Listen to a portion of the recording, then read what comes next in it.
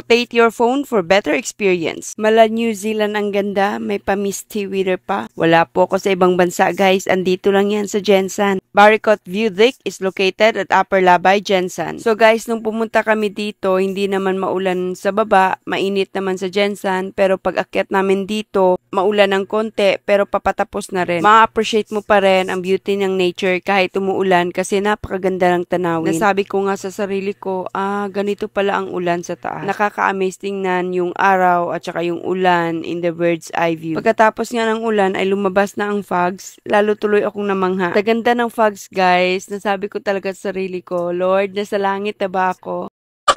Ang cute-cute ng fogs guys. Alam mo yung pag nagsasalita ka, mas lalo siyang lumalapit sa'yo.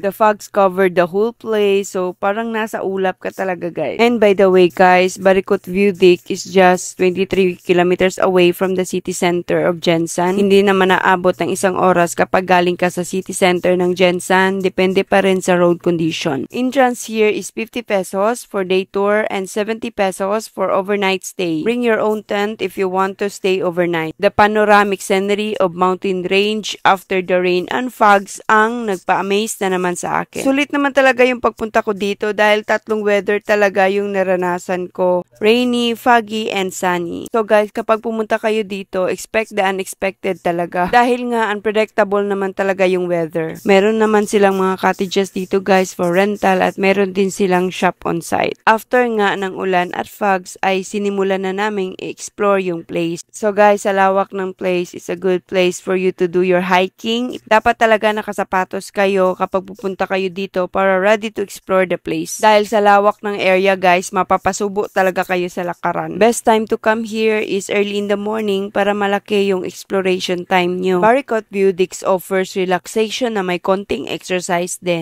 You can also experience breathtaking panoramic views of surrounding landscape, valleys, and distant mountains. Syempre, andun na rin yung fresh air with the scent of mountain trees. With the calming atmosphere and peaceful surrounding, talaga namang nakakabawas ng stress. Let me remind you guys, kapag pupunta tayo sa ganitong mga lugar, please respect the nature, follow eco-friendly practices, and always observe Clygo, clean as you go. This place is truly Instagrammable, kaya plan ahead and wear your OOTD. As for road condition guys, concrete road po from city center to Soles El Paraíso. After concrete road po, may mga part po siya na rocky and muddy. Guys, if you have more question and inquiries, you can send message to the official FB page, Baricot View Deck. Thank you for watching and hope you like this video and follow me for more.